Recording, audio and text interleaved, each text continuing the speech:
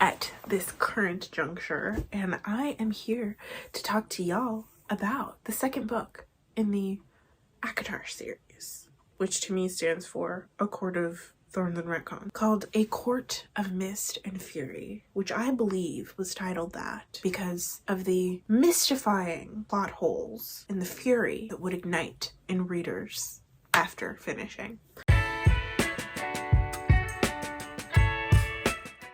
My name is Nada, and I make videos about literally whatever I want on this here YouTube channel. Today, I'm talking about ACOTAR, a series of books that I never thought that I would read because, well, everyone else on YouTube has read them for me. But here I am to talk shit because, ooh, they are worse than I expected. I get that this is a book series that has a huge following. Lots of people really love it. And this is no shade to y'all. Can I relate? No. But I do love that for you. I love that for you.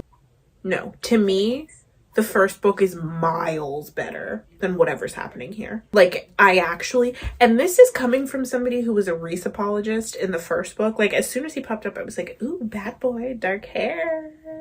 He's saving her in the forest. I'm intrigued. And then, like, everything that he did from that point on, I was like, oh, he seems like he's actually kind of a good guy.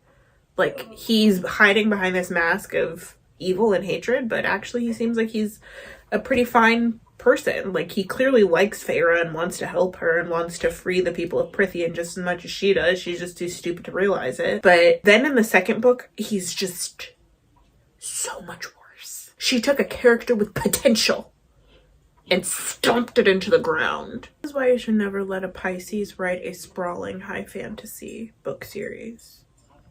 I will not elaborate further on that. We're gonna get straight into my review of A Court of Mist and Fury. We pick up right where we left off from the first book. Feyre is now a high fae. And one thing that I have a question about, that I've had a question about in Twilight, I have a question about this in a lot of these supernatural thriller series written by white women.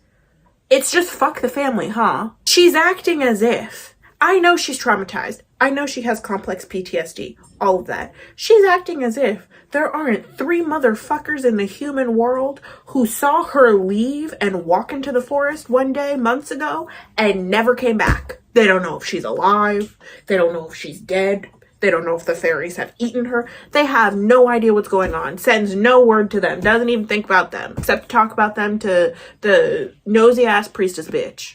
That's my issue. That's the same issue that I have with Twilight, and I know that some other people have that issue with Twilight, is like, she meets a vampire and within a month is like, I'm willing to abandon my entire family and all of my friends so that I can spend the rest of eternity with you and your merry band of weirdos that your quote-unquote father forcibly turned into demonic blood-sucking creatures. I feel like therapy would have gotten her a lot more than vampirism ever could.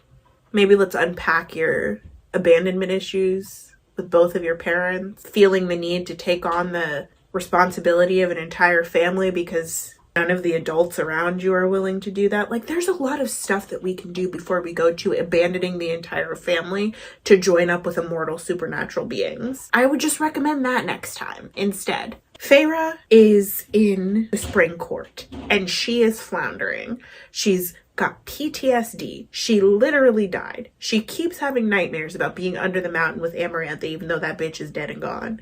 And she can't seem to shake it. It's really like you think about like a soldier who has PTSD or an assault victim who has PTSD. Like, when you go through a traumatic event, you need care and attention and someone to talk to and spend time with, and she's not getting any of that. The things that she used to do, Feyre, the way that we know that Feyre is in a bad mental state is if she stops painting. That's essentially her personality trait. When she's starting to get a little better, she starts to think about paintings that she can do. And then when she's actually all the way 100% better, she starts painting again. Like, that's the only gauge, because that's her only personality, is that she paints and also likes to have sex with her big dick fairy boyfriends. She's having nightmares. And Tamlin either doesn't notice or he's actively ignoring it. I'm pretty sure they have sex like every night. I think that's a thing. They're just like always running and grunting on top of each other, but it's clear to the readers, even if it's not clear to Feyre, that physical connection between them is a way of ignoring the deeper emotional connection that would involve them caring for one another through their shared trauma. Like, they both were quite traumatized under the mountain, and neither of them are able to talk about it with one another. Feyre wakes up in the middle of the night every night and vomits her guts out. She's not eating, she's not sleeping. She pretty much, the only thing she can do is have sex with Tamlin and walk around aimlessly in the spring court. And she's engaged to Tamlin at this point. He's basically grooming her to be the lady of the spring court, because as he says, there's no such thing as high ladies. There's just the wives of high lords. There's going to be a whole feminism strain throughout this entire book that is so ham-fisted and annoying. It's worse than my friends after spending 12 hours on Tumblr.com in 2013. We'll get into that later. Feyre is going to marry the love of her life, Tamlin, and spend the rest of her life planning parties and eating delicious food and putting on cute dresses and drinking wine in the spring court. And it's also very important to the spring court that they put up this front of being perfect and united, because there are whispers that since Amarantha's death, the King of Hybern is going to reignite the war with humans and start invading the human lands.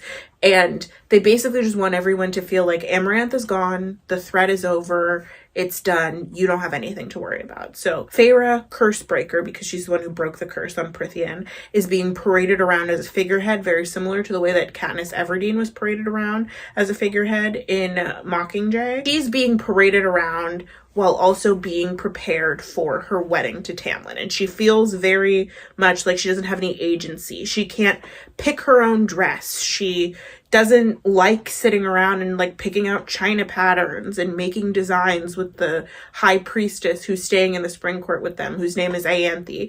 But she's able to forge some sort of relationship with Ianthe.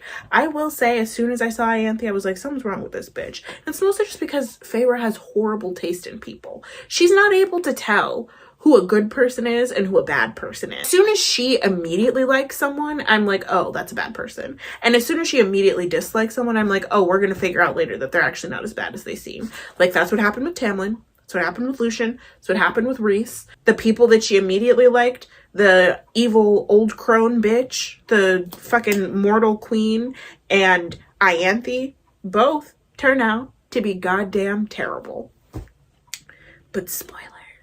And one thing that I noticed over the course of reading this book is that it feels like Sarah J. Maas has a real problem with women who are self-possessed in their sexuality, because Ianthe is portrayed as inviting a new man to her bed every single night.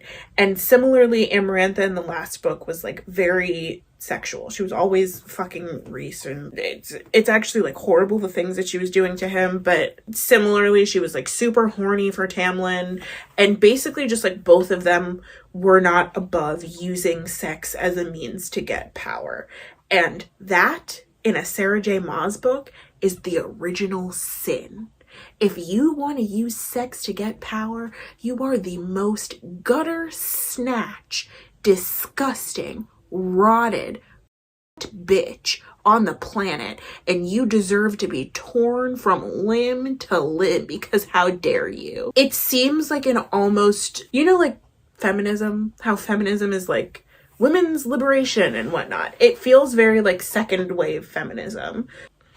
Actually, it's not even, I can't even compare it to second wave feminism, because even just like thinking about the things that the second wave feminists were thinking about, like them talking about sex being a tool of the patriarchy, that's way more profound and nuanced than anything that's going on in a Sarah J. Maas book. She's pretty much just like, I hate sluts who want to fuck so that they can climb the corporate ladder. That's really the entire thing with women who use sex as a tool in her books. Let's not like discount the several centuries of human history where sex was literally the chess piece, the only chess piece that women had at their disposal in order to be able to have any semblance of power. Like the man that that's what marriage is. An institution recognized by God and the state to allow people to have sex with each other so that they can bear children and have heirs to pass their inheritance down onto. Like it's the foundation of Western civilization and of women's power in Western civilization. And is that me saying that it's right? No, not necessarily. But it is me saying that for her to villainize that in the way that she does, like the people who do this are just so far gone and so spectacularly evil that it's kind of like, it lacks context and contextual understanding of what the actual history of the world is. Like, it feels very like, good girls don't want to use sex for power. Only bad girls do that. Good girls have sex because they want to. If my coochie is the only thing that is going to get me what I want out of this life, then bitch, the legs will be spread. This is getting into another tangent. I've been watching Vanderpump Rules for a video that I really want to make, and there's a person on that show who is very obviously fucking a nasty old man so that she can fly on private jets and get Birkin bags and Chanel's. He gave her a Range Rover because she let him have sex with him on the first date. Like, and everybody is so mean to her. I mean, he's married. Like, well, he's separated, married. It's kind of complicated. Everyone is so mean to her about it her first season on the show. So mean, in fact, that she quits and then comes back the next season and is like, oh, I'm sorry, I want to be on the show again. But like, at some point, they realized she's flying on private jets and I'm in line at Southwest. Okay, so clearly something here, she's doing something here that I don't have the bravery or the scruples to do. So what did they do? They got right in line behind her to get on that private jet. Okay, they're going shopping on Rodeo with her using Randall's card. And is he nasty? Is he oogly boogly? Disgusting? Yes. But she's living the caliber of life that she knows that she deserves because of her tweenie. Her between me. They're not even together anymore. She fucked on this man for what, 5 years? And has a life secured. Businesses, homes, bags, a child with him, so he will constantly be paying her alimony. Like, and they're not even together anymore. She don't even have to be in his life anymore. That's power. That's influence. Of a piece with the feminists who say that like all sex work is coerced or abuse. Like, that's what it feels like. But is in the spring court getting ready to marry Tamlin, and the specter of her promise that she made to Rhys at the end of the last book is constantly looming over her. She has to at some point go to the night court in order to fulfill her promise to stay with him for a week out of every month for the rest of her existence. And now she has an immortal life, so that is a good chunk of time that she's going to be spending with him. I was surprised, it actually took longer to get to this point than I expected it to, but she is like pretty much at the altar getting ready to marry Tamlin. And through this time, there's all these moments where she's like wanting to go out and help rebuild the towns in the spring court and support the lesser fairies and just like pitch in, you know, like be a part of the military or like the different hunts that Tamlin and Lucien are doing and whatever. But he keeps saying no, like, no, you can't go out. No, you can't do this. You're not going to be training, because if you train, then everybody will see that you're training and they'll be like, oh, we must be going to war again soon, because if our savior is preparing for a war, then that means that we're really in dire straits and pretty much everyone's just gonna freak out. So Tamlin's like, no, you can't do any of this. Basically like he's her dad. And Feyre is getting increasingly more frustrated. You can see her like feeling like a caged in animal, and she's still not able to sleep at night. Like, she's just like not getting better, and they're not talking about the trauma that they endured together under the mountain. They're kind of just pretending like none of it ever happened, and it's not going well for either of them. It's very clear that Tamlin is overly obsessed with protecting her, and Feyre feels like she is a trapped rabbit. They get all the way to the altar. She's in her disgusting wedding dress that she hates, walking down the altar towards Tamlin, and she starts to have a panic attack. And she's like, someone, anyone, please come save me. Dear God, I hate this. Who but Rant descends from the sky in the middle of the altar and is like, oh, hey girl, I'm here to save you. Well, he doesn't say that, but he's like, looks like it's been a month since you've been a fairy, and it's time for you to come hang out with me in my house. And she's like, oh my God, I can't believe that he's calling in this promise at this exact moment. But also she like was literally getting ready to walk to the altar and tell Tamlin, no, I won't marry you. So she's then forced to go to the night court for the first time with Rhysand. And this is when I said, oh, baby girl has not gotten any smarter since the first book, because why does she immediately show up to the night court and she's like, wait, I don't hear any screaming prisoners. The most evil motherfucker on the planet, Lord Voldemort himself. Rest in peace to J.K. Rowling. She's not dead. She's just a stupid.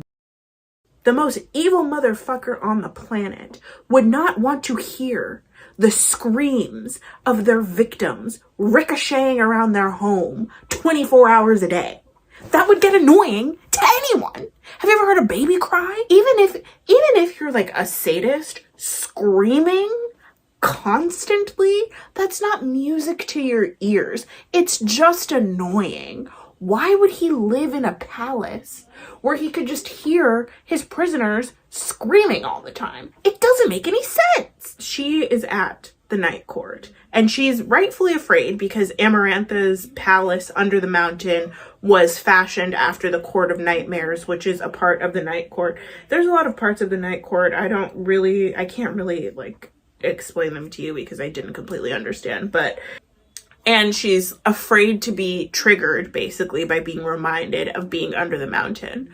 So she's kind of scared to be there, but it's a very mundane visit. She goes to Rhys's palace. She meets his cousin Morgan, his distant cousin Morgan. She basically does what she did with Tamlin in the beginning of the first book, which signals to the audience and signaled to me that Rhys is going to become a major love interest, because it's clear. It becomes clear like halfway through the first book that Tamlin has been usurped, because all of the interesting lines and all of the action under the mountain go to Rhys instead of going to Tamlin. And even in the beginning of this book, like the things that Tamlin does and says are so oogly boogly and evil. It's kind of just like, this doesn't even make sense. Like, is this even in alignment with who this character is supposed to be? Or did she just decide halfway through the last book that he was boring and annoying and she didn't care about him anymore and she wanted Rhys to be the love interest instead? Because that's kind of what it gives. Like, I remember there's this scene in the first quarter of the book where it's the tithe. I think this may or may not be after she goes to the night court for the first time. I don't know. But there's the tithe at the spring court. And it's basically when everyone who's a part of the spring court pays their taxes to Tamlin. And you have to pay it. If you don't pay it, there's horrible consequences. I guess your entire species gets destroyed. I don't know. So everyone's coming up and tithing. They're giving whatever they can. And a water wraith comes up and she's like, we don't have any fish because the crazy redheaded bitch who enslaved everyone for 50 years. So there's nothing, we don't have anything to give you. I'm so sorry. Can we have an exception, please? And Tamlin is like, no exceptions. It's actually really horrible. It's like, no exceptions. You greedy freeloaders. You better pay up or in 3 days we're coming to destroy you and everything you love. I thought this was Tamlin, not Mitt Romney. When did he become a fiscal conservative? Is that an important part of his character? Why is he's talking about people who like can't afford to pay their tithe, as if they are like welfare queens and not people who just went through 50 years of war. And he's okay with doing this because he gave them an extra 6 months or something to come up with the whatever it is that they were going to give him for it. And Feyre rightfully is like, we don't need any of this stuff. We don't need fish from those water raids. We don't need gold. We don't need any of these things. For some of these people, this is the last food that they've ever had. Why are you forcing everyone to give this to you? And he's like, well, it's because this is how it's always been done. When did Tamlin become a traditionalist? Because in the last book, he was talking about how he never wanted to be a High Lord. So Feyre gets up and goes to the Water Wraith and gives her some of her jewelry, and she's like, you can give this to Tamlin for the tithe. And it's seen as this big like disrespect to him because she's going against his ruling. He was basically like, you guys have 3 days or we're coming to kill all of you. Imagine you missed the tax deadline and the IRS shows up at your house with swords and machine guns. Exterminates your entire bloodline. But she pays the Water Wraith's tithe, and the Water Wraith is like, we're always going to remember this. This is going to be a Deus Ex Machina that will come into play at some point later on in the story. Oh yeah, because I'm talking about like Rhys being set up as the new love interest for the series. So there's all of these like weird evil things that Tamlin is doing that don't really square with who his character was in the first book. Like him being a staunch traditionalist doesn't make any sense if he never wanted to be High Lord in the first place. Like, wouldn't you think that he would be like, well, this is the lot that I've been given in life, so let me figure out how to make this as acceptable of a situation as possible for everyone involved. No, instead of doing that, he's like, well, I'm just gonna follow exactly the rules that were handed down to me that I seem to hate so much, and just continue this existence of obligation and self-hatred until somebody eventually kills me. Feyre is like at the night court hanging out with Rhys, seeing things, and he's basically like taunting her as a way to get her to care about something enough that she doesn't just like kill herself by default. Like, she's not eating enough, she's not sleeping enough, she's wasting away. For some reason, their banter is enough to awaken a fire in her to have the will to live. Excuse me. So she'll like go to the night court for a week, eat a bunch of food, rest. Here's the thing that I will bring up again about Feyre always being the last to know. She didn't at any point suspect that her being physically incapable of sleeping in her man's house, the man that she's supposed to be marrying, who she's supposed to love, but sleeping like a baby as soon as she goes to the night court, like that wasn't a sign to you that things aren't peachy keen in this relationship that you claim is so good and perfect whenever you're in Rhysand's face. That would be a sign to me, but that's because I'm an intuitive person. I'm self-aware. Not everybody has that skill. So she like goes to night court, sleeps, eats, whatever, and then goes back to the spring court, wastes away for 3 weeks, suffers in silence. The only person she talks to is Ianthe for some ungodly reason, and then goes back to the night court to live her lavish, beautiful life again. Well, after like 200 pages of us doing that, there's some sort of disturbance in the wilderness, and Feyre wants to go help. She's decided she's going to tell Tamlin. She's like, I need to talk to someone. I need to do something. I can't just sit in this house and be the housewife that you want me to be. When did this become Betty Friedan's The Feminist Mystique? I don't know, but it is. Like, it's very much giving like women's lib 1950s. Women can do jobs too.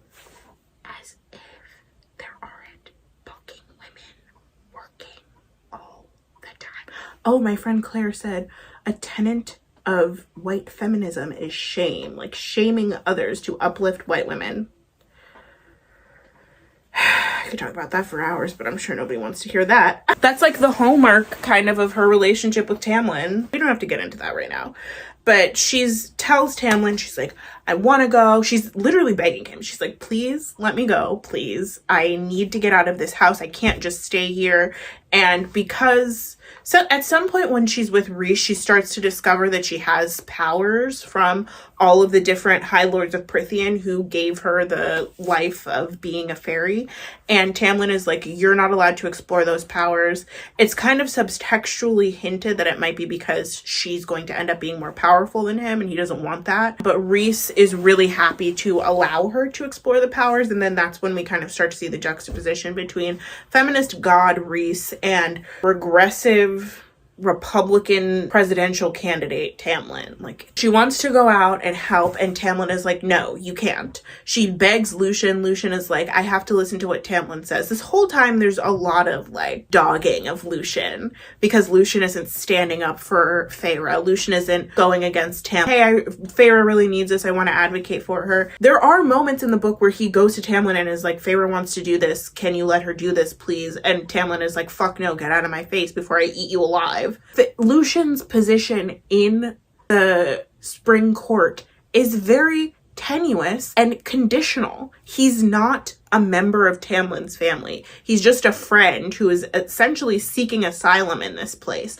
And so for him to go against his High Lord is a huge deal. And it doesn't just put himself at risk. It puts his safety at risk. It puts his position at risk. It puts his continued place in the Spring Court, like his home, at risk, because he can't just go back to the Autumn Court. And so I feel like to say Lucien didn't stand up for her when he should have, that's kind of disingenuous, because Tamlin is basically in a mode, because of his own trauma, where he's ready to literally kill anyone who even looks wrong at Feyre. But she's desperate to get out, and Tamlin is like, no. And because she's pretty much just gonna follow them anyway, he puts up some ward and locks her in the house. She can't get out. And she has trauma about being locked up in places, because she fucking loses it. Gets her night power from the, oh my god, I didn't even talk about Tamlin being abusive. Ugh. We gotta rewind. There's the last time that Feyre asked Tamlin for space, for purchase, for anything really.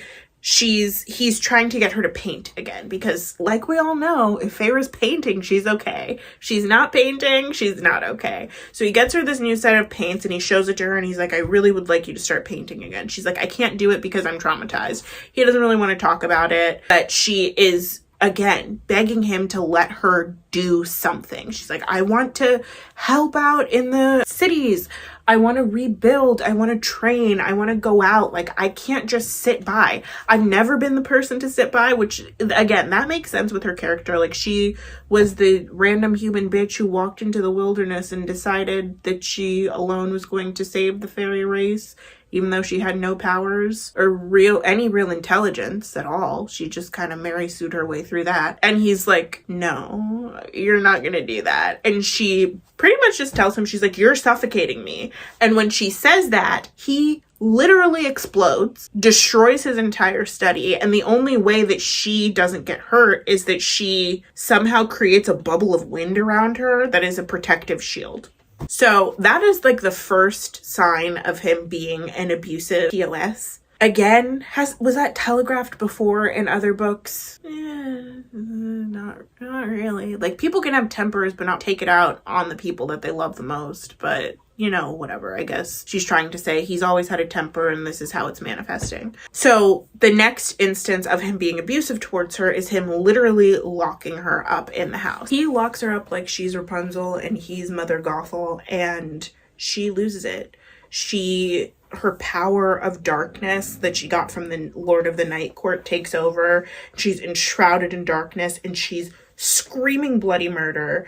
And Alice lets Rhys's cousin Mor into the house. Her and Mor have like built up a certain rapport at this point. So Mor comes to save her. She picks up Feyre and spirits her away to the Night Court, where because Rhys is not like allowed to go in and take Feyre himself. That would be considered an act of war. So Feyre is no longer at the Spring Court. And I was actually surprised that she left the Spring Court. Like, I guess I wasn't expecting that, but how else would she goes to stay at the Night Court, and she basically like becomes a member of the Night Court by default because Rhys has rescued her from Tamlin's imprisonment of her. Supposedly it doesn't matter where they go, really, because at some point they end up in the secret town that nobody outside of Rhys's inner circle and the people who live there knows exist, called Velaris. Velaris is, my friend said it's Quebec City. I was like, why the fuck are they in London all of a sudden?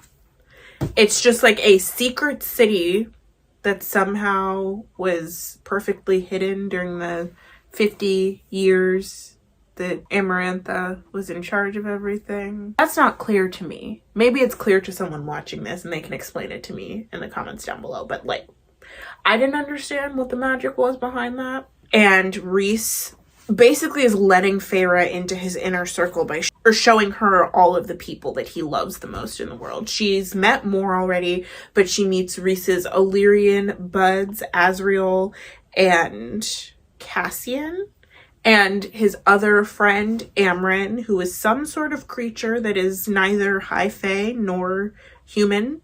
She's nor lesser fae. She's just something else that drinks blood. They make up his inner circle. The same way that Lucien is a part of Tamlin's inner circle, these four people are a part of Rhys's inner circle. And the big thing that surprises Feyre when they're in Velaris is that Amren is Rhys's second in command, not Cassian and not Azriel. It's Amren and then more. And then the men are just like buff guys that bring up the rear. Nevertheless, that there's still a man in charge because he's the High Lord of the Night Court. Rhys is the feminist god and Tamlin is the reductive asshole. And there's all of this stuff that we're getting as this is developing and as Rhys is bringing Feyre to Velaris, where he's basically just like, it's your choice, Feyre darling. Everything is your choice. I'm never gonna do anything that goes against your choice. Whatever you want, Feyre darling. Feyre's dumb. She makes bad choices. Why would you trust her? This is not an intelligent person. This is not an intelligent person. She doesn't make good choices. And there's a very clear example of that later on in the book, but I will explain that to you when it comes up. So she's with Rhys. He tells her that Ianthe can't really be trusted because Ianthe tried to have sex with him. And that means she's bad, because she was basically going around the courts of Prythian trying to have sex with whatever court person she could so that she could gain power. And that's the same as what Amarantha did to him, because they're both women who wanted to have sex with him. I basically wanted to freeze frame here and say I didn't know the extent of what Ianthe did to Rhys when I was doing this review. If I had, I think I would have said something a little bit different. But I did also want to say that, like, I think the point still stands basically that Sarah J. Maas makes villains out of women who are sexually possessed, self-possessed, and gives them the worst traits possible, because there is a right and a wrong way to be sexually self-possessed, and wanting to use sex to get ahead is wrong, but having it in a monogamous relationship that is meant to produce babies is the right way to do that. So I don't want this to come across as though I'm justifying what Ianthe did or minimizing what Rhys went through, because I'm not. And I understand that he is also a survivor of assault and harassment. I think just the entire conceit in itself, it really feels like the only people who do sexual assault in these books are women who want power. And that's a little weird to me. So, Ianthe can't be trusted. No one in the Spring Court can be trusted. Tamlin is a weak bitch because he didn't intervene under the mountain when the stakes of him intervening under the mountain were literally everyone dying, and Amarantha just like walking away and being like, whatever, cut my losses, and going back to Highburn, or him like helping Feyre, like healing Feyre after one of her trials. Like, I don't know when he would have had the chance to do that, but he's weak because he didn't try it. So there's this weird dichotomy in this book between Feyre not wanting to be helped by anyone and not wanting, and just wanting to be like independent and be able to take care of herself and be respected, which is like makes sense for a character in a book. But then there's this other thing where she's like, well, these people didn't go out of their way to take care of me and put the lives of everyone they know and love at risk in order to help me, and because they didn't do that, that means they're bad people and they're weak. You can't have it both ways. That doesn't even make any sense. Her criticizing Tamlin for not helping her under the mountain doesn't make sense because everyone would have died. She's like, the only time we were alone together, instead of trying to help me, he just wanted to have sex with me. What was he supposed to do to help her in that moment? She wasn't in distress. She wasn't actively in distress. She was just half naked. They hadn't seen each other in months. Well, I cannot, what was he supposed to do? What was he supposed to do when they were alone together in that room under the mountain to help her? She wasn't in the middle of a trial. Was he supposed to tell her the answer to the riddle? That he could have done that, because anybody could figure that out. The adder could have told her that. My dog could have told her that. Like, he couldn't interfere in any way, because at least the way that Sarah J. Maas explains it in the book is that if he interferes in any way, it like nullifies all of the agreements that she has with Amarantha. So her getting any type of help from Tamlin specifically would have fucked everyone in the situation. But now, for some reason in this book, because he didn't do the things that he was retroactively supposed to have done, he's an evil bastard and deserved to have been abandoned. I mean, like, yeah, the things that he did in this book were bad, and I'm glad that she was able to get away from him, but at the same time, it's like, you can't just this is why I call it a court of thorns and retcons, because there's so much stuff that happens in this book that's just a retcon of things, of already established facts from the last book. Let's get back to the plot synopsis. They're in this house in Valaris, and they know that the King of Hybern is planning to destroy the world somehow, and they're trying to stop him from doing that. I don't understand. Oh yes, okay, so this is what happened. So they have to go to Azkaban in the mountain. They have to go to Azkaban to talk to the baby necromancer, the bone collector, in order to get him to explain what the King of Hybern is planning to do. I call it Azkaban because it is a remote prison guarded by spectral guards that nobody can see unless they're supposed to see them, and that is impenetrable, but somehow anybody who wants to go in there just like walks in and it's like not a problem. That's the thing with Azkaban. Like, every book she's like, no one's ever escaped from Azkaban, and then like 18 people escape from Azkaban 10 minutes later. It's very similar to this prison. How is it a prison if they just walk right in? That's not exactly how prison works. You don't just go inside and go talk to whoever you want to talk to and then leave. So they go talk to the baby necromancer, aka the bone collector, who appears in whatever form the person who's talking to him wants him to appear in. And for Feyre, he appears as an 8-year-old boy, but for Rhys, he appears as Jurian, the human who had sex with and then murdered Amarantha's sister. And Jurian means nothing to me and will continue to mean nothing to me for the rest of this book, even as he is introduced in his full corporeal form. But from the baby necromancer, they discover that the King of Hybern is trying to put together the cauldron. Throughout the first book, Lucian is always saying, praise the cauldron, thank the cauldron, my god, the cauldron. And it's very clear to me that this started as an exclamation for her, and then she was like, wait, what if there's an actual cauldron? What does it do? No one knows. What does it mean? No one knows. And you'll never find out, because I don't know either. The way that this child explains what the cauldron is, it's just like, it does everything and nothing. It's good and evil. It's big and small. And for some reason it has legs that matter, and the legs have names. And the King of Hybern went and got the legs and put them on the cauldron so that he could use them. And then there's also this book that is like a part of the cauldron. It's like a part of the cauldron's magic.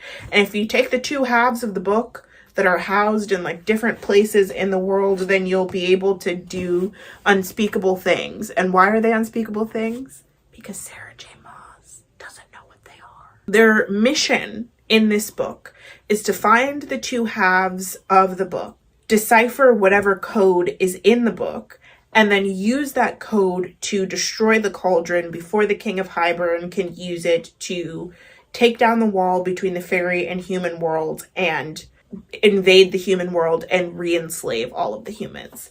Now, good job, Sarah J. Maas, because that was very clear. I knew from the moment Rhys said that exactly what they were going to do, exactly where we were going. It was giving Ocean's 11 heist. Amryn is the code breaker, and Cassian is the muscle, and Azriel is the spy, and Morgan is I was excited that I actually knew what was going to be happening for once in this book series. Now, I was immediately disappointed because what preceded was 400 pages of nothing going on, and then all of the stuff that they were supposed to do happening in the last 200 pages of the book. So forget everything that I just said about this heist, about them looking for this book, because the real important part is that Feyre and Rhys are falling in love. We've already gone over Rhys being the feminist king that he is. Feyre is experiencing this new type of relationship with a man where she's able to ask questions and receive answers and go outside and walk around and speak to him and have him speak back to her, something that she's never experienced with Tamlin. And Rhys is very keen on training her, allowing her to strengthen herself, teaching her how to fight so that when it comes time to fight the King of Hybern, fight his forces, she's prepared and not like floundering around the way that she was most of the time under the mountain with Amarantha. Now, that was a surprise to me because she seemed spectacularly capable when she was under the mountain. She was running around, sticking bones up into the ground, skewering the Midgard worm, which no one will let us forget in this book. It's almost as if the Midgard worm is the only trial that they can remember happened, because it was the only trial that actually had stakes, plot, pacing, a climax, something interesting going on. She is training with Cassian and Azriel, who are two Illyrian soldiers. What's Illyria, you ask? It's basically Sarah J. Maas's racist synecdoche for the general Middle East, the general North Africa. If the people are brown and Muslim, that's probably where Illyria is in her mind.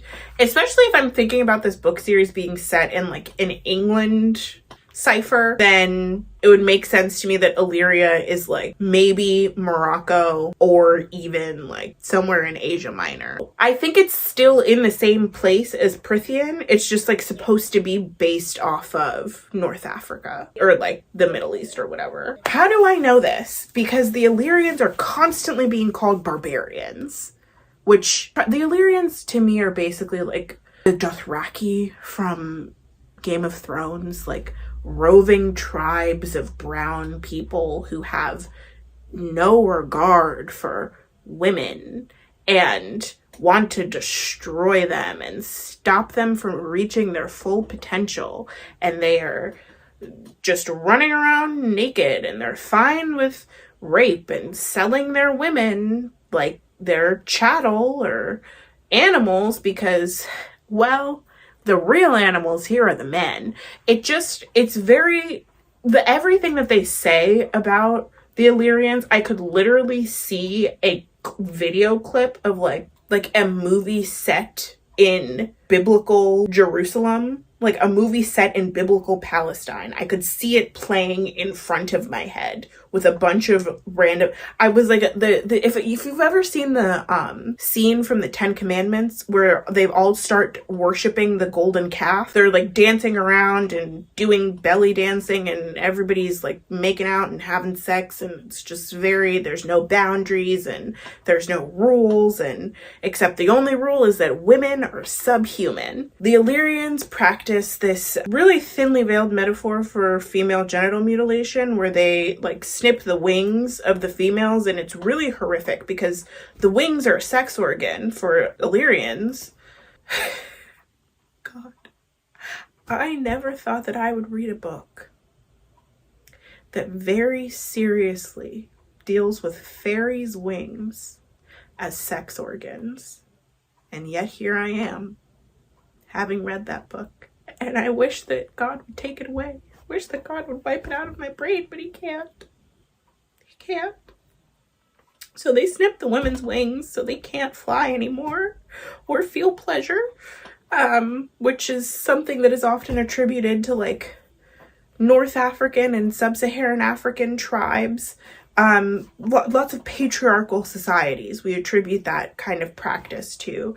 And it's also this like level of misogyny, the way that the misogyny is described, and just the way that the Illyrians are described, the color of their skin, the type of culture that they have, the way that they treat the women. It's very clear that they're supposed to be brown people, Middle Eastern people, maybe South Asian. And it gets more and more racist with each page that I turn, because Amryn is calling them barbarians, and Rhys is saying, I love the culture of my mother's people, but I hate the way that they treat women. And it's basically just saying, like, it's equating behavior with humanity.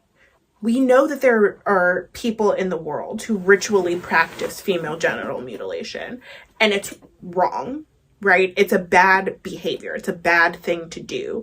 But then to take the extra step of saying, because they do this behavior, they are not human, they are subhuman, and they deserve to be, or they need to be, like, lorded over by people who are civilized, like the Prythians, because Illyria is a part of the Night Court, and Rhys is in charge of Illyria in the same way that he's in charge of the Night Court.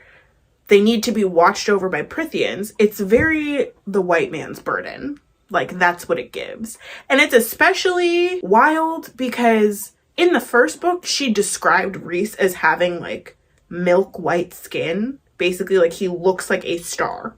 Like, his skin is white, and his hair is very black, and his eyes are deep violet. Like, he's just very contrasted and striking. But then in this book, he's tan, and his mom is brown-skinned, and his dad is white. So which is it, Sarah? Which is it? All right, this is editing me popping in once again to just quickly talk about Rhys's change in appearance from the first book to the next books in the series. Everything that I'm seeing online has people saying that Rhys is described as pale in ACOTAR because he was trapped under the mountain with Amarantha, but when he goes back to Valaris, he gets his color back because he can spend time in the sun. I don't know if anybody who is theorizing this has melanin in their skin. As a person who does, that's not how that works. Your skin tone is your skin tone. I don't turn into Edward Cullen in the winter months and then become this caramel brown shade when the sun comes out, first of all. Second of all, Valaris is in the north of Prythian. Does it even get enough sun for him to get that tan? Like, he doesn't live in Adriata. And third of all, he's described as having pale skin in the first book. Once again, pale skin gives very Edward Cullen vibes. You don't go from having pale skin to having tan skin through sun exposure. Most people who are pale, they'll burn in the sun. A lot of people, I also know, like, a lot of people who are pale can get fairly tan, but it doesn't completely change their skin complexion. Like, that's not what the sun does. I know, especially for white people, you can tan in a lot of different ways, ranges, shades, but for the most part, if you're pale, you're pale. Once you start introducing POC into the bloodline, you don't go from being Prince Harry to being Meghan Markle's mother. That's not how that works. I just wanted to hop in and say that. Are the Illyrians vaguely brown and thus barbaric because they're vaguely brown and all of the brown characteristics that they have? Or are we being more historically accurate and realistic and casting them as Northern Europeans? It's probably the first one, because the second one would force her to reckon with the horrific and patriarchal practices of white people, which she's not going to do.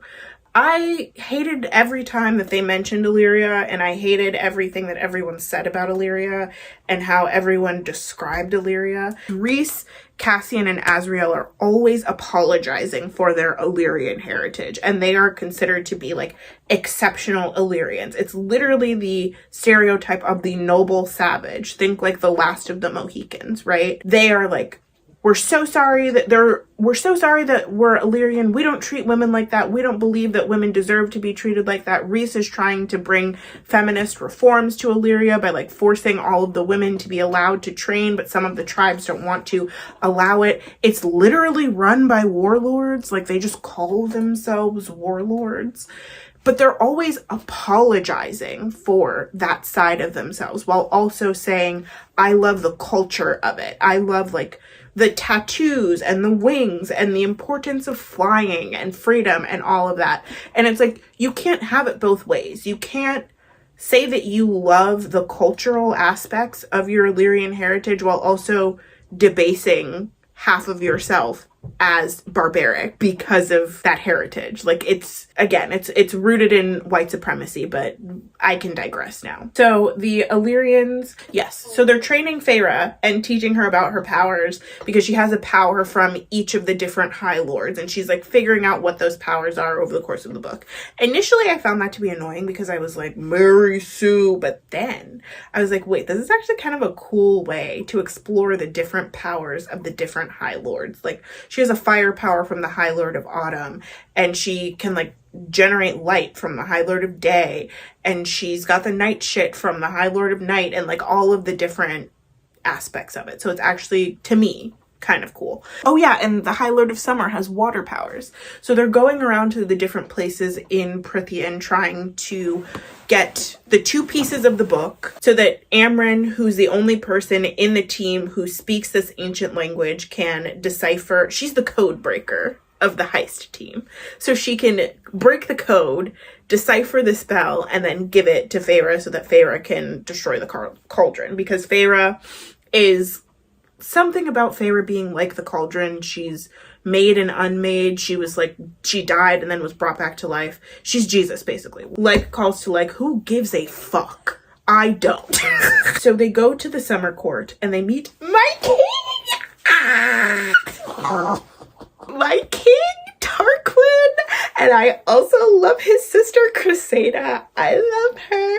I don't know who the other one is. Varian, I think, something. And Varian is like flirting with Amren, which doesn't make any sense because Amren is obviously gay, but nobody is gay in this universe because Sarah J. Maas is a aggressively heterosexual woman who cannot see the world from outside of her perspective. They're in Tarquin's kingdom, and Tarquin is a very young High Lord. He's only 80 years old. That's super young amongst the Fae. They live to be like 2000 or whatever. And he's inherited the throne because his cousin, who was the High Lord of Summer, was murdered by Amarantha under the mountain. So Tarquin has the summer court is basically Greece. It is Greece. It's called the Adriata, and it's the sea, and it's fucking hot. And Tarquin has this radical... Tarquin is black, by the way. He's the only obviously black High Lord thus far. And he has this radical idea to desegregate Prythian and the summer court. Because you see, the summer court, of course, the place where the black people live, so racist that the lesser Fae, you can't even see them. They're not even allowed to be around. They have to hide. The tree bark people, they have to hide because the summer court girls, they hate them. Tarquin wants to desegregate and give everyone rights, but everyone in his court is like, you're fucking crazy. You're just a little kid. You don't know what you're talking about. He becomes fast friends with Feyre and Rhys, and I feel like he's a Leo because I love him, and he's just a little puppy dog. He is the keeper of one half of the book. So Feyre really gets to be friends with him. She really gets to know him. And through him, she's able to master her power of reading minds that she got from Rhys. They're called Denari or whatever, Demati. And she like slips into his mind and gets him to show her the place where the book is kept without him ever really detecting her. So her and Amren then do the heist where they go down to the place where the book is being kept, and they almost die by drowning because the book will only respond to the High Lord of Summer, and because Feyre has the same water powers as him, she's able to trick the book momentarily, but then the book realizes that she's not really the High Lord of Summer, and all of the like Indiana Jones, Hobbit-esque booby traps go off, and Amren and Feyre almost drown to death. But this is where the Deus Ex Machina water wraiths come in, and they pop up out of nowhere and bring them back up to the surface, and Rhys is able to winnow them away back to Velaris. By the way, I just want to say, this is a gripe that I have. Winnowing in this book is literally just time travel in A Wrinkle in Time by Madeleine L'Engle. Like, it's the exact same explanation. The thing where you like take two ends of a paper or take two ends of a string and you just put them together. She just lifted it from A Wrinkle in Time. They go back, but Tarquin is pissed because he's been nothing nice to these people thus far. And do you want to know what? I would be pissed too, because how dare you steal from the only black man?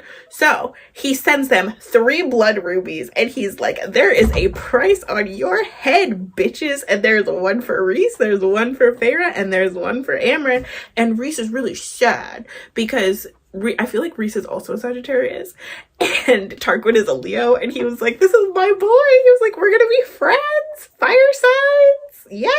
But then he kind of fucked with Tarquin, and he was like, now he doesn't want to be my friend anymore. Now he wants someone to kill me so that they can have a ruby.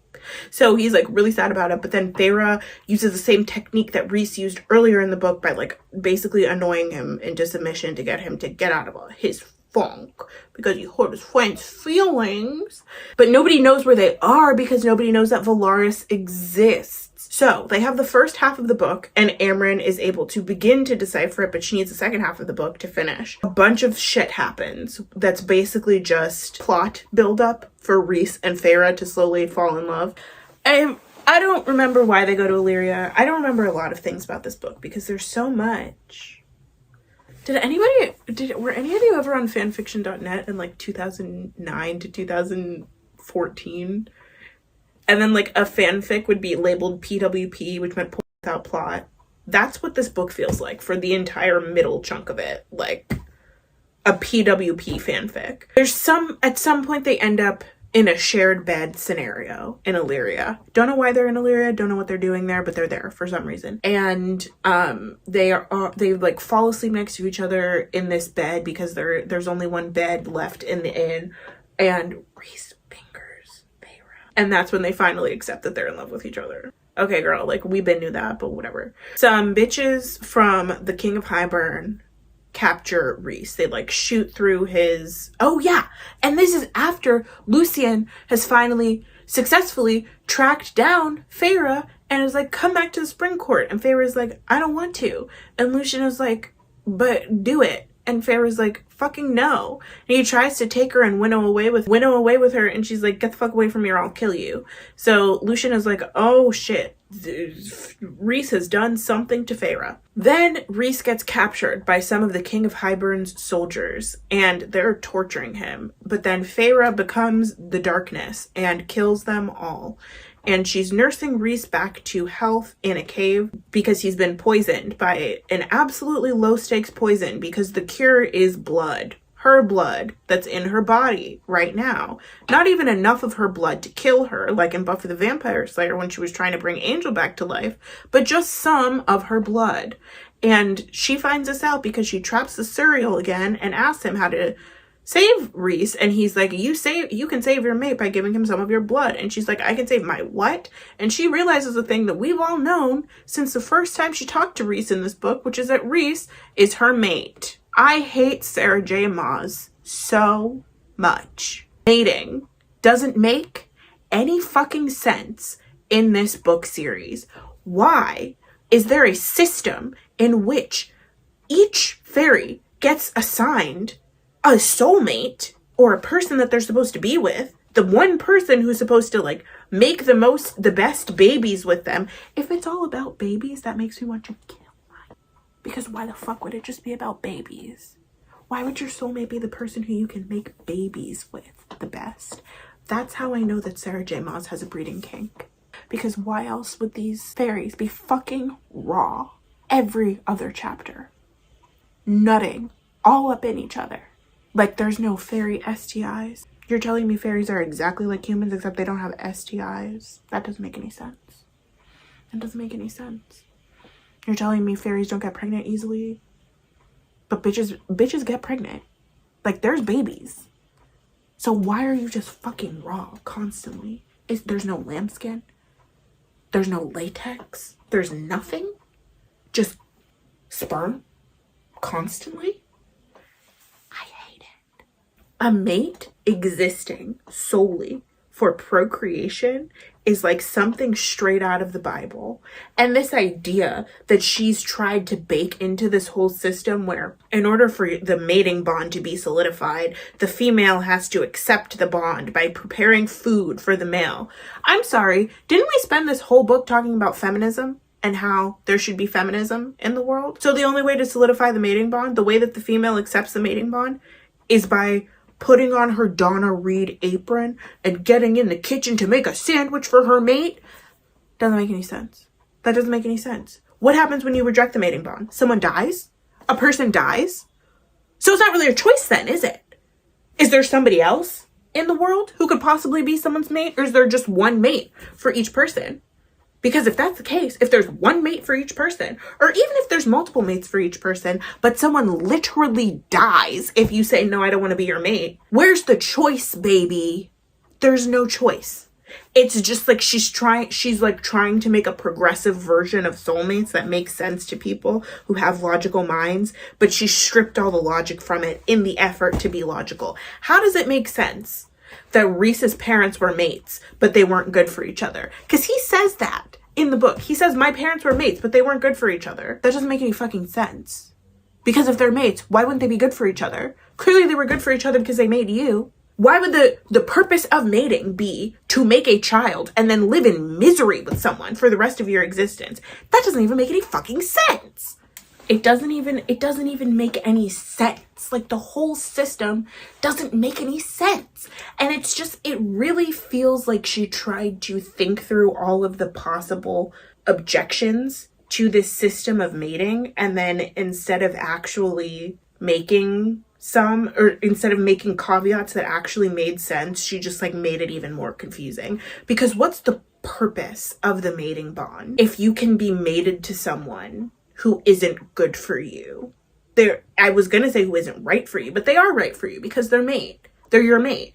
But if they're not good for you, then why are they your mate? It also doesn't make any sense to me that Feyre didn't realize that the mating bond with Tamlin was never gonna happen. If she didn't feel it by the time she became High Fae, it was never gonna happen. Because Rhys said he felt it immediately, as soon as she was turned into a High Fae. So why was it that Rhys felt it immediately? She doesn't know, I'll give her the benefit of the doubt, she doesn't know anything about mating bonds, but don't you think Tamlin would have been extremely excited to tell you as soon as that mating bond was solidified? Like, I need her to think with her brain. I need her to think with her brain.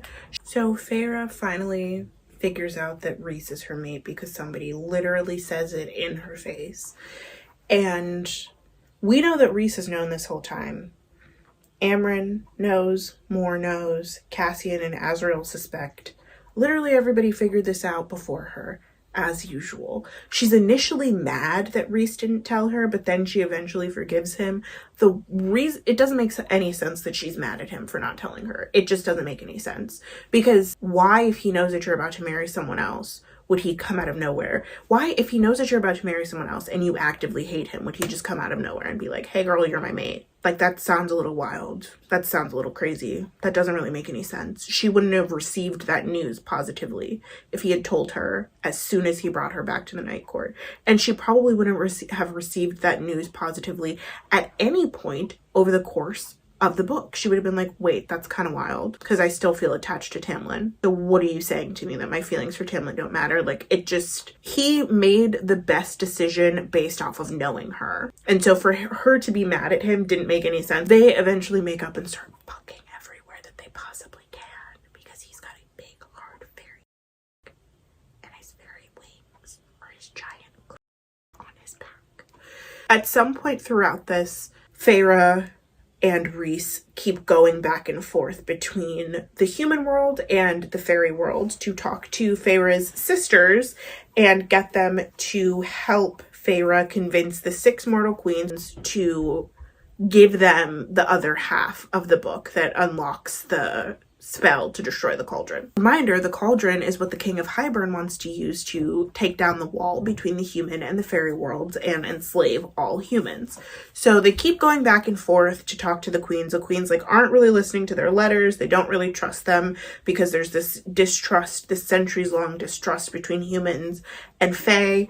And eventually they get a meeting with 2 of the fairy queens. Like, the first meeting doesn't really go well because Nesta is super mad because she's like, why are you not going to give them the book when you know that it could save a bunch of people's lives?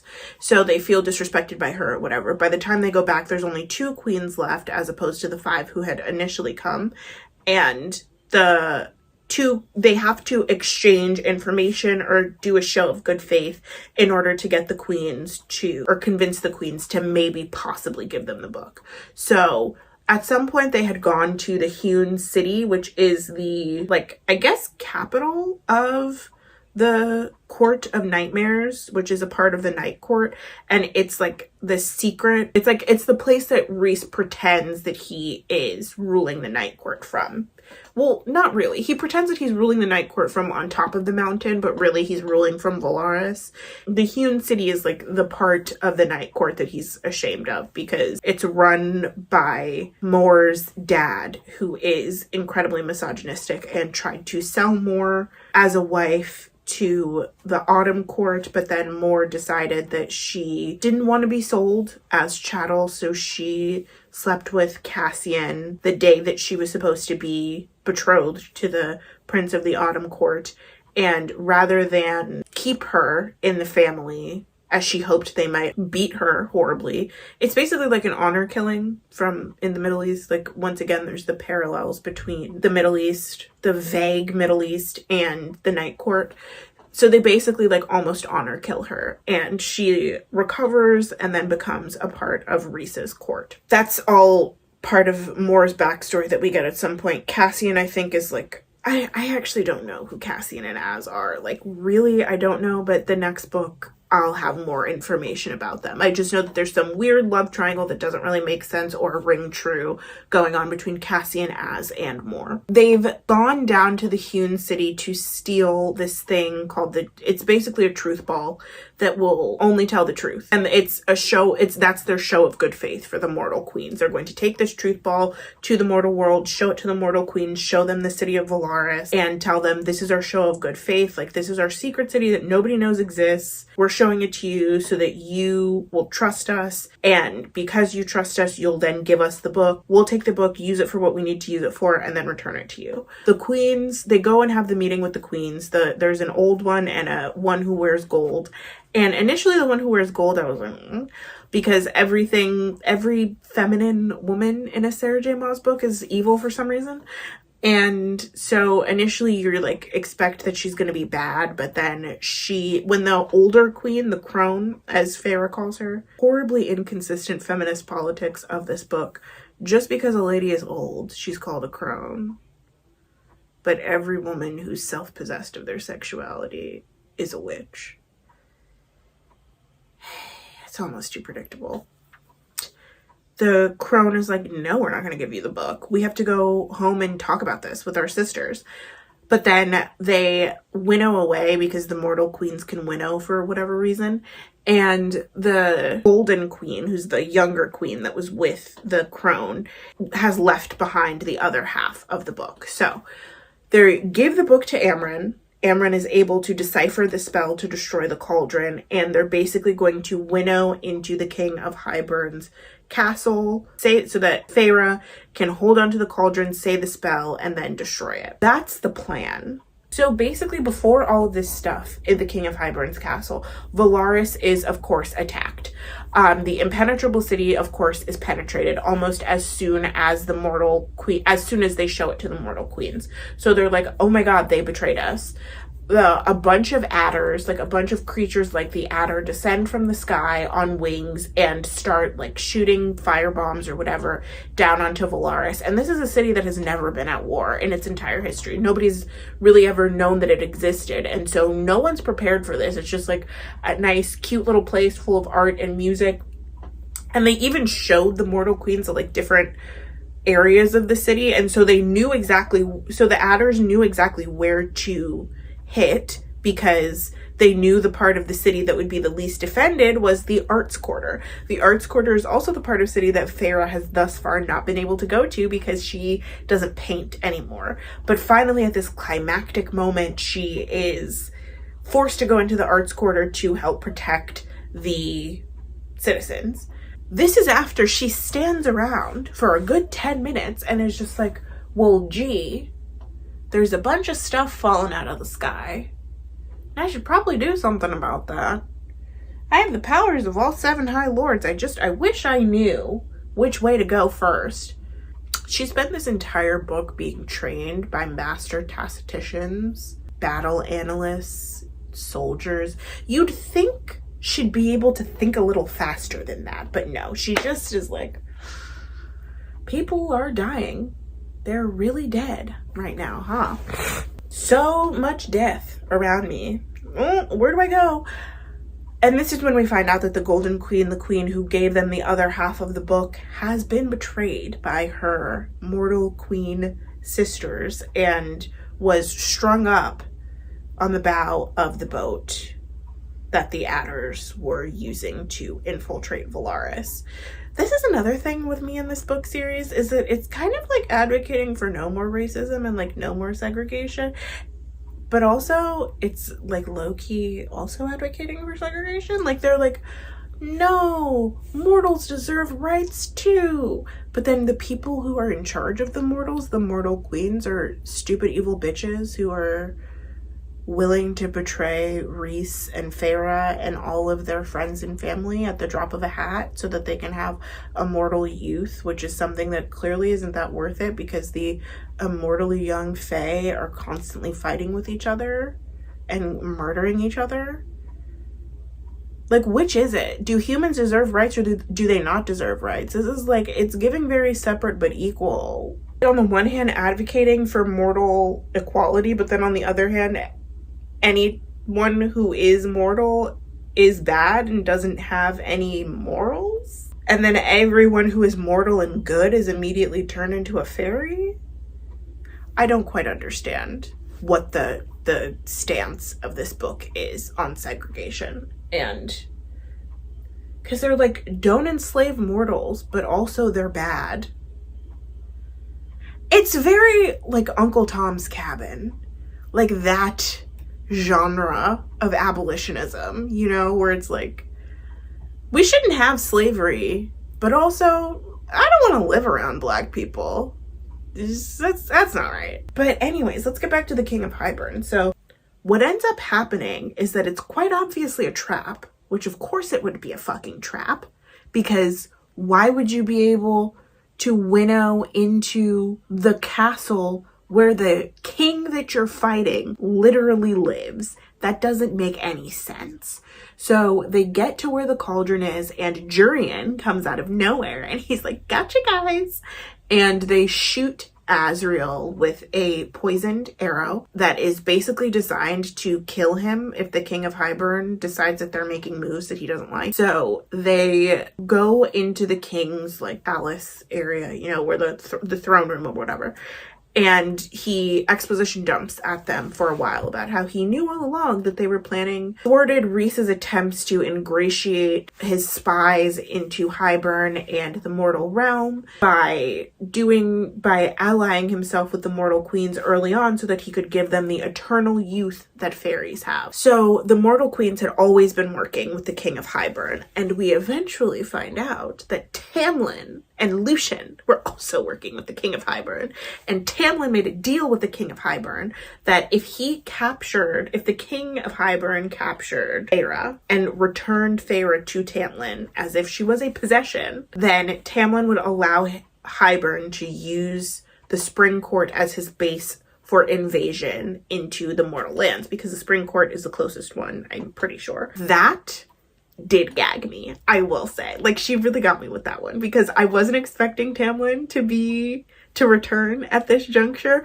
I wasn't expecting him to have allied himself with the big bad. Sorry, I was trying to get a bug. And so I was like, oh. Tamlin is in the throne room and he's basically like, I'm taking Feyre back. But at some point he realizes that Feyre is mated to Rhys. And Feyre is like, I'm not going back with you. You kept me imprisoned. I finally was able to find my mate. Like, I feel happy now. And you just want to drag me back because you have some sort of ownership over me. That for me was like, and it makes sense too, because I feel like that is the point, really, is that like that should be the last straw for Tamlin as a character. He's done something so evil that there's no return, really. How evil is it? I don't really know, because I have no idea why the King of Hybern is evil, what Hybern is, why he wants to break the barrier between the mortal lands and the fairy world, why he's so desperate to enslave humanity again, why he even agreed to sign the treaty in the first place. I don't have any of that information. It was probably told to me at some point in the book and then was immediately followed by 7 other exposition dumps, and so I forgot about it. She's not having it. At this point, she's madly in love with Rhys. They've solidified their mating bond. She's like, he has given her a ring of his mother's as her engagement ring because she's going to become the High Lady of the Night Court, even though Tamlin told her that there's no such thing as High Ladies and she could never be the High Lady of the Spring Court. And so he wants to take her away from her feminist man, her feminist king. In order for the King of Hybern to make good on his promise to the mortal queens, he has to prove to them that they can be afforded eternal youth. To do that, he brings out Feyre's sisters, who Ianthe told him about. Ianthe betrayed Tamlin by aligning herself with the King of Hybern, and Tamlin had way too much trust in Ianthe, and I guess like underestimated her because she was a woman, and didn't see her as the threat that she was. So Ianthe told the King of Hybern everything that she knew about Feyre's sisters, and he basically was able to glean that they would be strong enough to withstand the process of becoming Fae, even though in the first book they were portrayed, at least Elaine was portrayed as being very weak-minded enough to have been glamored by Tamlin in the first. So Tamlin is not having it at this point. He basically is like, stop, don't turn her sisters into fairies, that's mean. And the King of Hybern is like, oh well, shut the fuck up. Like, you got what you wanted, I'm gonna get what I want. There's always, like, when you align yourself with evil, there's always a loophole. It's never straightforward. And the fact that Tamlin is supposed to be this, like, warlord, master tactician, and he wasn't able to prepare for the eventuality that the King of Hybern would have some secret extra plan, it just goes to show that she's not really thinking about his characterization. She's just like, what's the most evil thing that he could possibly do right now? I know, align himself with the King of Hybern. So he does that. Feyre's sisters are they're shoved into the cauldron and turned into fairies. And in the process, for some ungodly reason, Lucien looks at Nesta and thinks now is the perfect time to tell everyone, oh, she's my mate. Baby boy, I don't care if she's your mom. We're in the middle of a bunch of people being traumatized. There's someone on the floor with an arrow in his heart. Like, I'm just like, oh my God. Time and place. But Nesta and Elaine are turned into Fae, and it's horrific for them because they've hated Fae their entire lives, and they're just like disgusted with themselves now, and they can't believe that they're Fae, and they're absolutely horrified. And so is Feyre, because she's like, I never expected that the choices that I made at the end of the last book would domino effect into this series of events. So the mortal queens now believe what the King of Hybern has told them, that they can become eternally youthful. The King of Hybern has presented Tamlin with his prize, Feyre. The sisters have been turned into High Fae. All of the stuff is happening, and Feyre is like, we need a get out of jail free card. Like, we need an exit plan ASAP, because this is not going to end. The way that this is going, it's not going to end well for anyone. She's not going to go willingly to the Spring Court with Tamlin. She's not going to, she doesn't want her sisters to end up being taken back there either, because it was a horrible place for her to exist. And she has this man that she's in love with that she can't be with because the guy that she initially was in love with can't seem to take no for an answer and let her go. She like throws a fit basically and pretends that she is becoming unbrainwashed. She like shoots a bunch of light out of her body, which is a power that she got from the High Lord of Day, which is pretty fucking cool. Like throughout this entire book, they keep saying that Rhys is the most powerful lord in all of Prythian. But why? Is it because he's half Illyrian?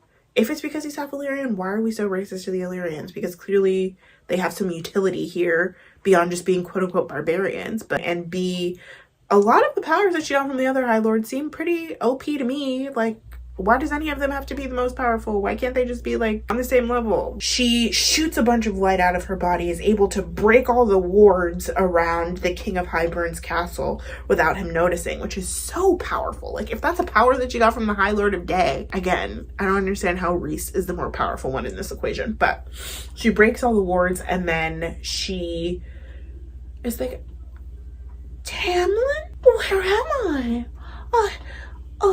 I had a dream and you were there and you were there and you, like, she literally Bambi eyes and pretends that she's been brainwashed by Rhys this entire time and was being forced into doing all of the things that into running around all of Prythian with him and going to see all of the different lords and talking to the mortal queens, and really she's been wanting to go back to Tamlin this whole time, and she's like, don't let him take me, don't let him take me.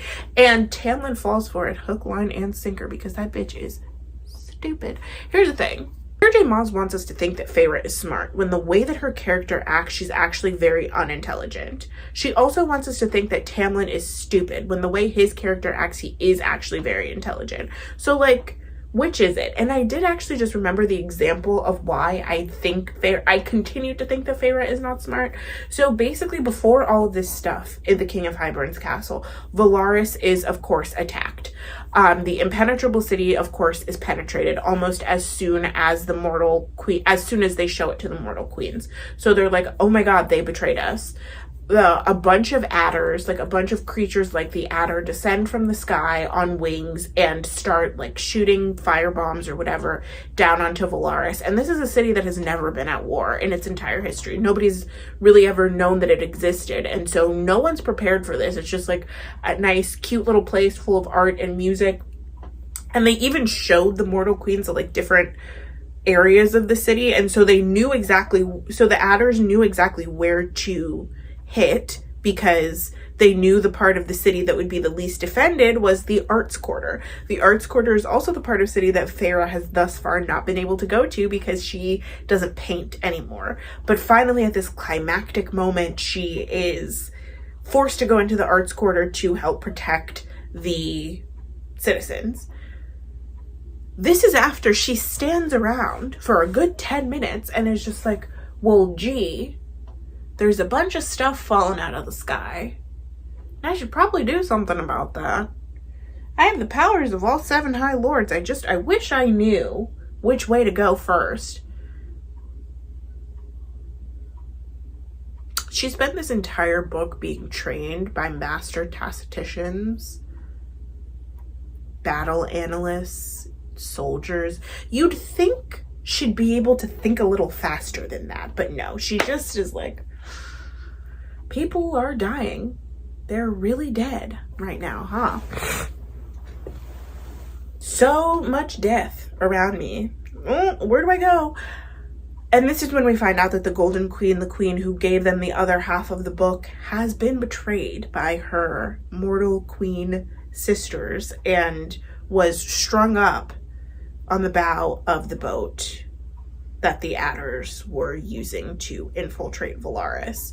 This is another thing with me in this book series, is that it's kind of like advocating for no more racism and like no more segregation, but also it's like low-key also advocating for segregation. Like they're like, no, mortals deserve rights too. But then the people who are in charge of the mortals, the mortal queens, are stupid evil bitches who are willing to betray Rhys and Feyre and all of their friends and family at the drop of a hat so that they can have immortal youth, which is something that clearly isn't that worth it because the immortally young Fae are constantly fighting with each other and murdering each other. Like, which is it? Do humans deserve rights or do they not deserve rights? This is like, it's giving very separate but equal. Like, it's giving very, like, I don't know. It's kind of weird. It's like,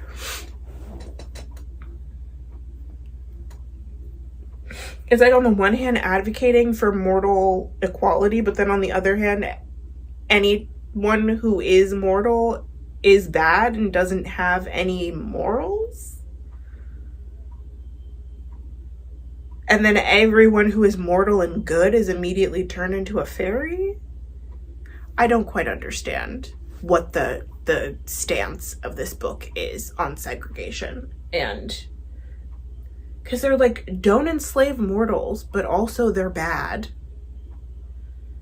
It's very like Uncle Tom's Cabin, like that genre of abolitionism, you know, where it's like, we shouldn't have slavery, but also I don't want to live around black people. That's not right. But, like, don't make them slaves. But also, like, they're not human like us. But just don't be mean to them. But keep them over there. Like, it's weird. But anyways, let's get back to the King of Hybern. So so Feyre is pretending like she's just missed Tamlin this whole time. And she's putting on a great show. And he falls for it because, I guess because he's a silly man and he doesn't think. And he wants to believe that she has been missing him this entire time and been wanting him this entire time. But Lucien is not convinced, especially after. So, like, this whole time Feyre is like,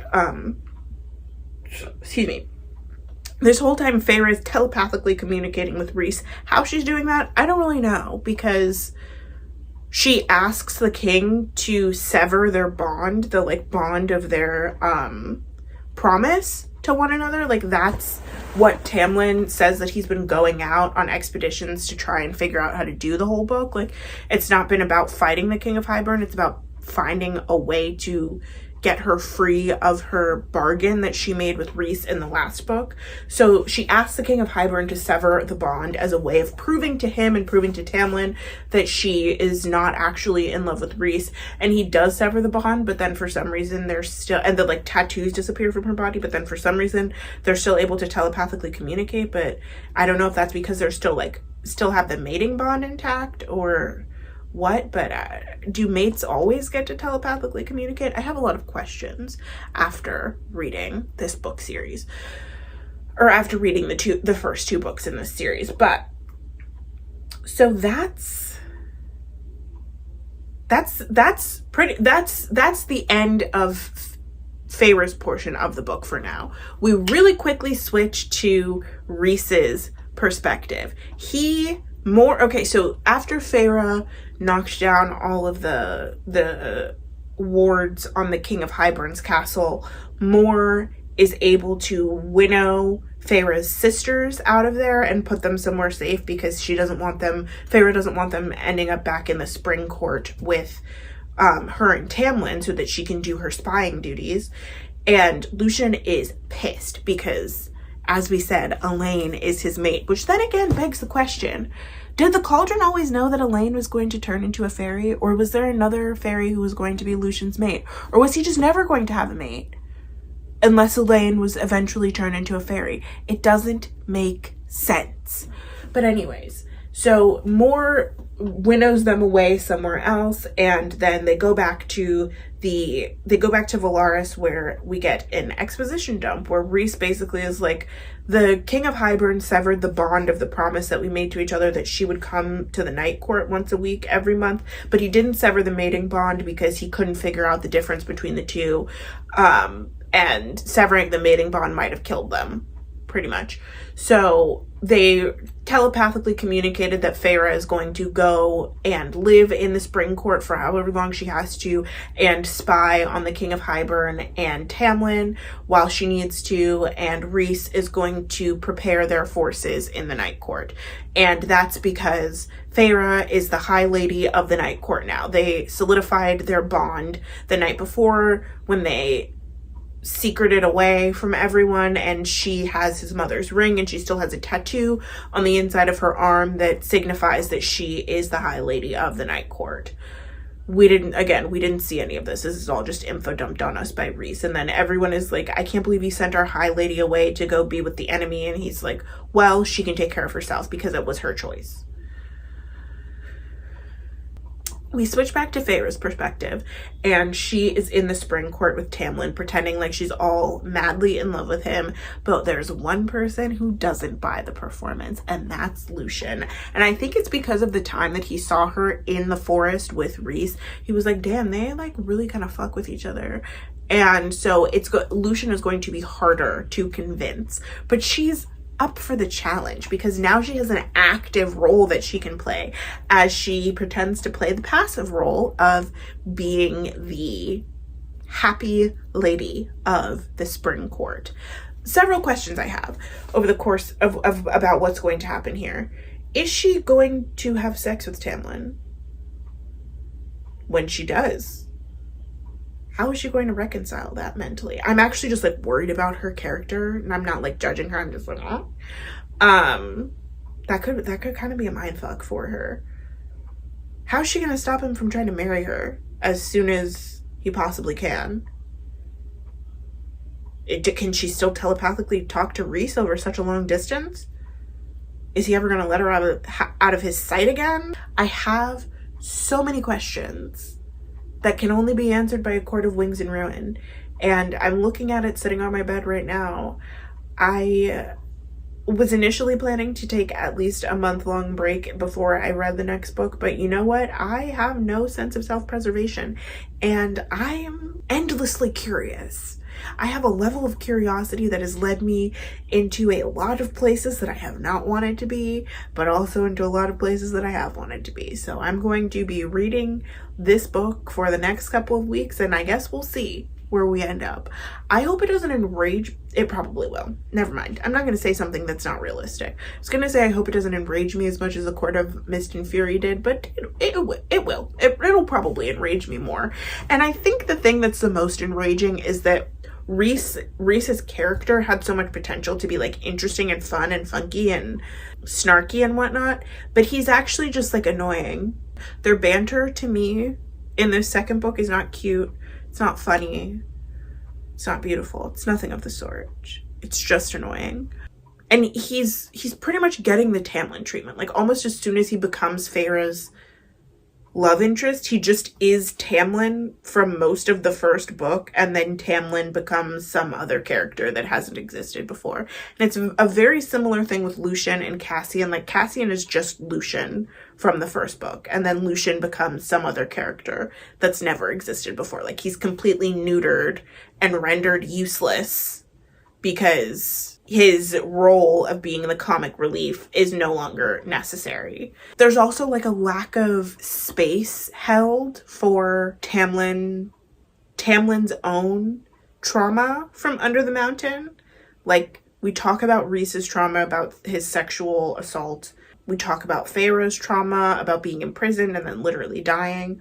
We don't really talk about Tamlin's trauma in relation to being the entire reason that this 50-year curse happened in the first place, and him being one step away constantly from being able to potentially lift this curse, but like feeling like the weight of this entire thing is on him, and watching people he loves be hurt. Like a lot happened to Tamlin too, and there isn't really a benefit of the doubt given to him because Feyre isn't in love with him anymore. And if she still had been, there probably would have been a lot of benefit of the doubt. I forgot to talk about my least favorite part of the entire book. Okay, I have got to be 100% honest. I had the best intentions of returning the next day to film the clip of me explaining my least favorite part of the book.